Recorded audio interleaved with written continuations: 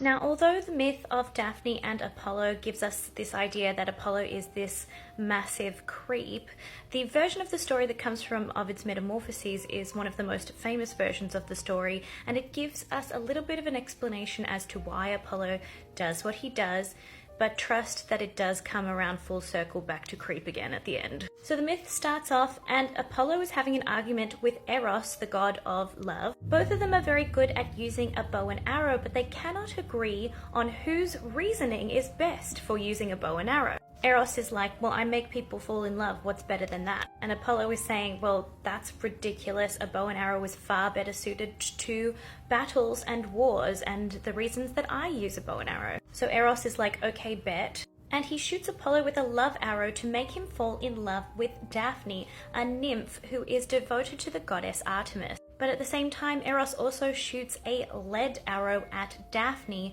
to make her hate the person who has just fallen in love with her. She's also a chaste follower of the goddess Artemis and had no intention of marrying anyway. So Apollo, now in love with Daphne, he begins chasing her. But she is having none of it. She's not interested in him at all. In fact, she hates him. But he keeps following her, saying, please, I love you so much. He's trying to convince her to be with him, saying, I'm the god of music and healing. I have this divine lineage. You should want to be with me. And as swift as Daphne is, she cannot outrun Apollo. And so she prays to her father Peneus, a river god, to get him to do something about this situation. And so her father Peneus starts transforming Daphne into a tree.